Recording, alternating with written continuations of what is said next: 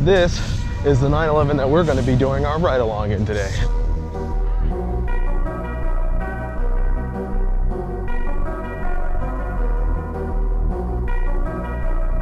Here's why it's really important that you hit your local racetrack and do a ride along.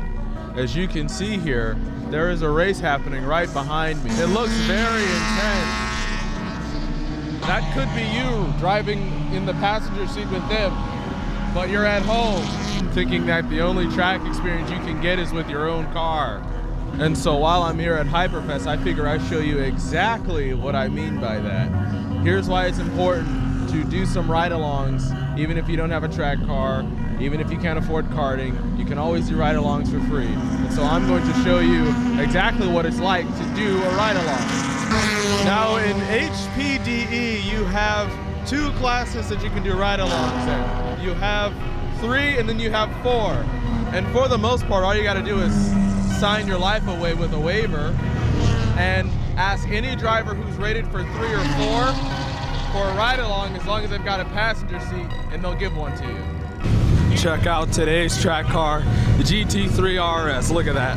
And I was like, look, you don't need a track car just to get the track knowledge. HPDE exists. You can hop in and do a free ride along, and lo and behold, a GT3 RS. So I'm like, dude, if you want the track knowledge, just hop in with a professional, learn all the points, you hop in the sim, and it's a whole lot easier for you. So you'll hear me talking a little bit. I'll try not to be distracting.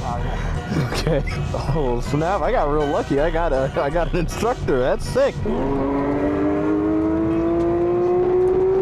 my God, sweet Lord. Ooh.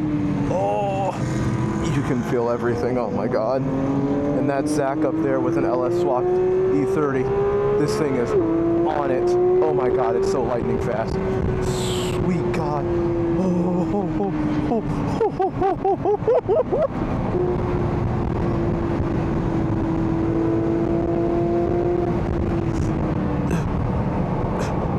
So right now I'm feeling all these D-forces on my body. Oh my God. It's real hard to keep track of these braking points when you're focused on keeping your neck right up. However, I'm looking at the racing line here, and in the sim, it's very, very similar. Yep. And the best thing about being in person is, in person versus the sim, the distances you're able to better gauge it. It's like right now, if I'm able to see it this fast, this sense of speed is very real. The sim seems to be very, very slow. And so right now, if you were to go from the sim to real life and compare the forces, that was amazing braking. Look at that right there. Yep. Balls to the wall braking right there. You can really feel the difference. And so I'm trying to string together a cohesive set of words here while also trying not to break my neck. Oh yeah, let's go. Back, oh my God, yep. Full throttle here. But in the sim, you don't feel this fast. In real life, it's completely different. So you have to get out here on the track and you have to experience these tracks that you're racing in the sim. Because if you don't, you're going to have a learning curve.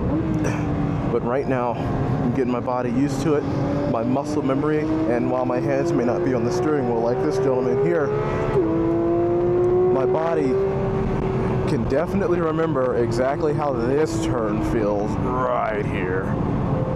Oh my God, beautiful vantage right here. I'm trying to teach my muscles how to brace for this hard braking, because these Porsche brakes, oh my God, they're amazing. Like right now on the 2, or oh, not on the 2, on the 1. Is it a trail braking corner? Yep. Look at that, just looking at the racing line, getting my eyes used to where he's hitting these apexes at, where his car position, especially even on the back straight positioning is important. You don't want to steer unnecessarily.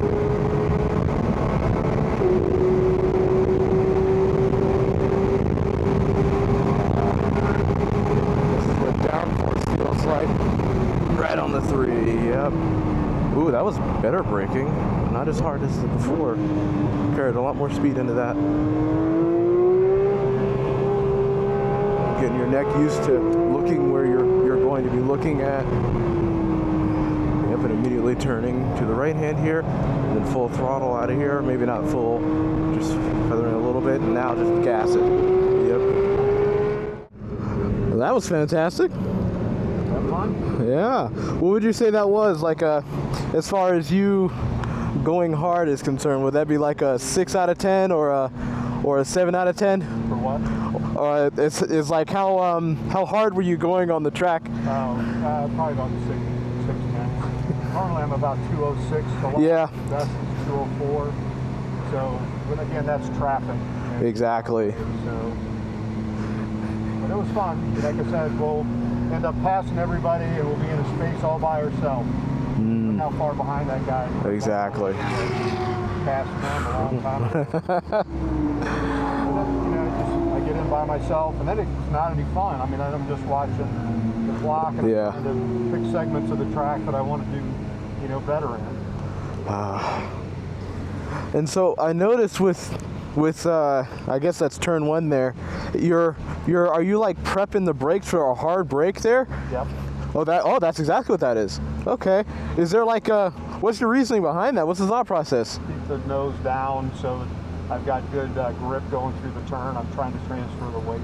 Oh, okay. So making sure that I'm getting most use out of my aero. So this button here, this DRS, Yeah. it controls a big front spoiler Yeah. and the back spoiler.